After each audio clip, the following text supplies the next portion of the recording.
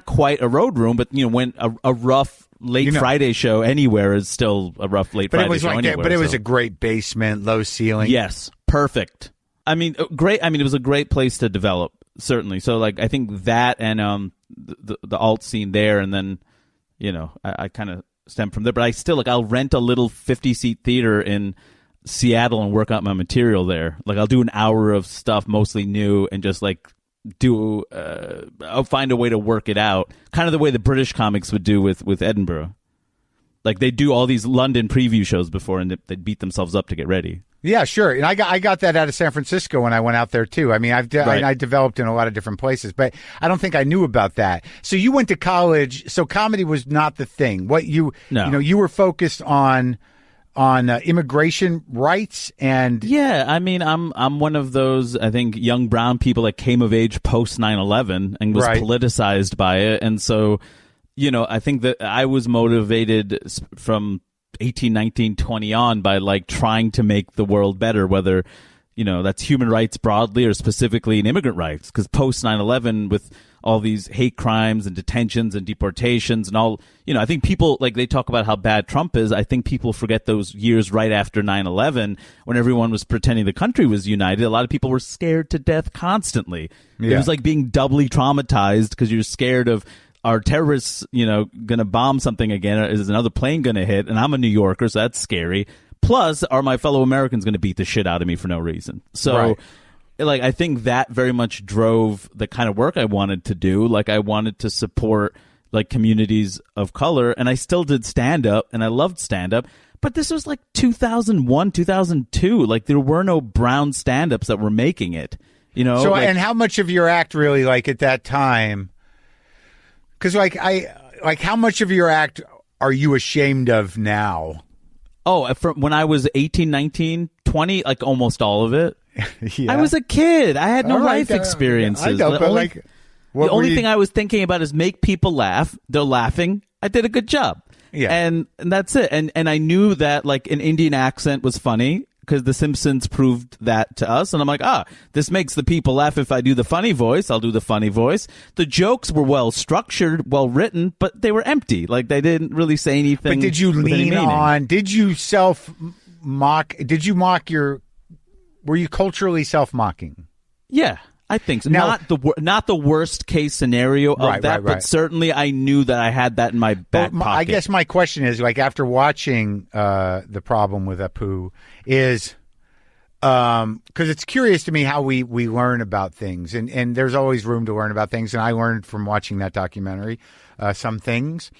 And there are things that we know as comics and we tolerate as comics that you eventually have to question, and that continues to happen. Sure. But I just wonder, because I think some of the more interesting stuff in moments of that documentary is how the other incorporates their otherness into accepting the dominant paradigm's view of them, right? Yeah. So like, when you were younger, it was like you already knew what you wanted to do with your life and what fight you wanted to fight for people of color. Yet you couldn't quite see, you had a slight blind side as to how you were stereotyping yourself, or you just lived with it? Well, I mean, first of all, I was doing stand-up before I ever started thinking about the world. Because the first time I did stand-up, I was 17 in high school on my high school stage, and I did it through college. And so to me, it's like, that came first. Right. And so this political awakening happens after. And so at that point, the idea of like, you can say something with your stand-up and have meaning and make people uncomfortable and you can still be funny. Yeah. That was a lesson. I mean, I probably learned that lesson a little bit from you, from David Cross's double album, Shut Up You Fucking Baby. Yeah. Which is also the reason I started cursing so much. And Paul Mooney. Sure. Like, I saw Paul Mooney do stand-up in Washington, D.C. in 2003. That's a long show. Oh, my God. The servers were so angry. The wait staff was furious. I middled for him in Sacramento once. Oh, my God. It was, you middled for Mooney? What was that like? Well, I learned an important lesson about racism. But it's not the one you would think. The lesson I learned from Paul about racism, because of the nature of how he keeps antagonizing white people. Yeah, it really does. Right. But like, and like in a place like Sacramento, it's mostly a white audience. So if you go in there thinking you're not racist, by hour 2, he'll find it in. I love it though. I love the fact. No, it's genius. It's obviously in DC it was a mostly black crowd, some people of color, and you have white people walking out. To be fair, some white people walked out because it was entering the 3rd hour of a set. But like for me, it was incredibly cathartic because I didn't know that you could make an audience uncomfortable, and yet I'd never laughed harder before. Like the idea that something could be for me. Right. Was new like this, and I'm an Indian dude. I'm not even a black dude. Like as an Indian person, this was the closest we got. I'm like, oh, this doesn't need to be for white people because everything else was meant for white people, and then you have to interpret their experience and compare it to yours to be able to because if I'm like, well, I'm not going to watch this white shit. What am I growing up watching? Do you know what I mean? Yeah. Like you have to, everything is made for white people, and you translate it so it fits in your life because you're an American. You're born here. He made something for people of color, black people specifically, but it was like, this is fucking great. You can say what you want. Not everyone's going to like it, but who gives a shit? It makes it better. No, right. And I think that the point about some of the more mind-blowing things that, I had to reckon with as somebody who claims not to be racist, but accepts a certain amount of white privilege, obviously, because it's where I come from as a Jew white guy, but just the lack of representation culturally. I don't think I ever really thought that through until relatively recently. Sure. But like, when I was watching the Apu doc, I was like, I never watched The Simpsons. I never watched them. So I have no point of reference with Apu. Sure. And I don't really have a point of reference with convenience stores. Well, my association with Indian people has always been at restaurants. And it's right. a very Indian restaurants. And sure. and it was always with reverence, like for years I said it to Mindy Kaling, who I think I offended dramatically. But I was like, I just want to go to India because they have such great food, but I don't know anything else about the culture. Right. It's not a stereotype.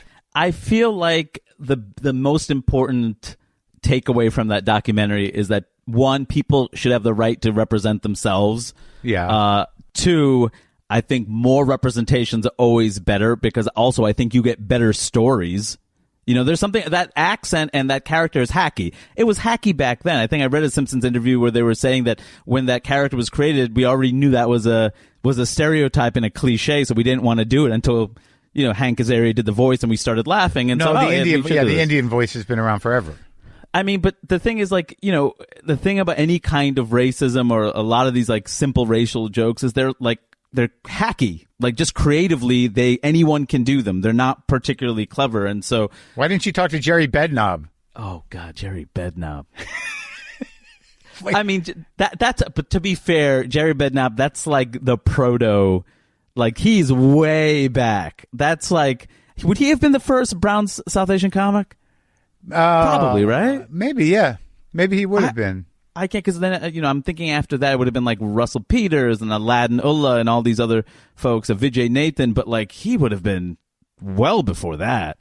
Yeah, he's not like ancient, but he's, but that's the first wave. 70s, that's always maybe the first 70s. wave. Yeah, it's like Pat Morita's stand-up. Like, if you've seen, Pat Morita was a great stand-up, but like, right. he used to call himself the hip nip. I mean, that was his thing. The stuff was very stereotypical. There's also, I think, a difference between playing to your own and playing to a mass audience too. Like, Russell does lots of accents, Russell Peters, and he's certainly a groundbreaking South Asian comic, and I think a lot of us owe him something for what he's done. But like, people are very critical, like, he does so many accents. But if you look at his crowds, like, they're mostly South Asian and Asian. He's basically opened stand-up markets around the world. People have started doing stand-up because they saw him perform in Dubai or India or wherever. Like, well, I think that what's interesting about him is that he kind of covers the expanse of the non-African American brown experience somehow. That's very interesting. Yeah.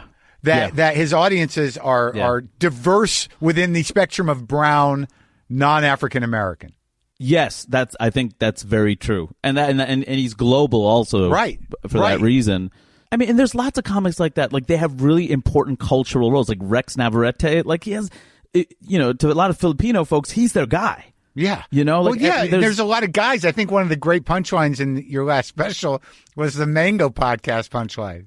So when he said, you don't think anyone will listen to that? How about 1 billion people? Which I felt like he's probably right. I mean, he's probably right. Do you know who doesn't agree is everybody I've pitched that idea to in the podcast world? Like, they're totally wrong. It would be so huge. You would just you'd have to somehow introduce it into that market, and people really underestimate the sort of like loyalty and need to support their own. Yes. There's not enough of us at this point to like, I mean, there's enough of us now where we can hate Bobby Jindal and Nikki Haley, right? Yeah. But there's not enough of us where like, you know, I completely hate Hari Kondabolu. It's like, he's annoying and he complains too much, but good for him. Like, there's still like that. But that's interesting. What is that politically? You know, because because politically you are of a certain ilk. You are progressive and outspoken leftist even. And, you know, when you see someone like Nikki Haley or like Bobby Jindal, do you see that as fundamentally Tomming in a way, because that, you know, their approach to the American experience is something, it's extreme in the other direction. That's a good question. First of all, I'll say regarding my leftism, I think it's taken a hit since I had the baby. There's something about a baby that turns you into a capitalist so quickly. So let me start there. It's okay. It's okay you can like money. And then the second thing, to a degree, I think that we all have different ways to deal with being an outsider in a place and what fitting in looks like. Yeah. And, you know, and for some people, it's like, do whatever it takes to succeed, you know, assimilate, as opposed to, like, I'm about integration, but I also grew up in New York City. So that place is everything all at once constantly. It's constantly changing. There's always a bunch of different languages. There's always a bunch of different cuisines. You might not know everything about your friend, but you are familiar enough because you went to school together. Like they grew up with South Carolina, North Carolina, like whatever. They Louisiana. Like, I'm assuming their experience was very different, but I also think, you know, once they realize, okay, this is also something that, first of all, I've assimilated into this culture. These are some of the mainstream beliefs, and this is the easier stance to take, or this is the stance I've learned to take from growing up here. Like, they've kind of run with it. And to me, it's not completely genuine. I know Bobby Jindal, like, certainly hit up South Asian, like Hindu temples and other South Asian centers for money when he was running. So as much as he can say, like, I don't play race, it's not about race, it's like, well, when you needed the money, you certainly were into it. Well, it's interesting. I wonder what they're like, because, like, that whole second generation, you know, with a vengeance American kind of thing. Yeah. You know, that there's I would assume there's a desire to pass, but there's also a desire to overcompensate. You know, in terms of like strange jingoism. To command respect from the people that would have usually hated you. I think there's some of that, but there's also, like, you know, to me it kind of comes down, like, at a certain point in South Asian American political circles, there's Dinesh D'Souza and there's Vijay Prashad. All right, Dinesh D'Souza worked for Reagan. He's saying stuff about, like, Indian cultural superiority and talking about black inferiority and how it's cultural and all that. And he's just playing into this whole model minority thing. And you have, like, Vijay Prashad, who is a Marxist, who wrote the book The Karma of Brown Folk, playing off of W.E.B. Du Bois's The Souls of Black Folk, who is saying that while Du Bois asked, like, you know, why are black people posed as the problem of America, you know, Prashad saying Asians and South Asians are seen as the solution to the black problem. Like, the ultimate sin of slavery, all of a sudden you push that aside and say, well, it's black people's faults because we have these other dark-skinned people, these other people who aren't white, who are succeeding. So there's something wrong with you. And there's, you know, America's been able to use that racial triangulation to consistently keep us as non-black minorities as outsiders while keeping black people as inferior, but still American. And so, while I'm saying that, I'm like, God damn, I'm in the wrong profession. That is a waste of an education. No, but but also that triangle lets white people off the hook somehow. Mm-hmm. But I mean, to segue from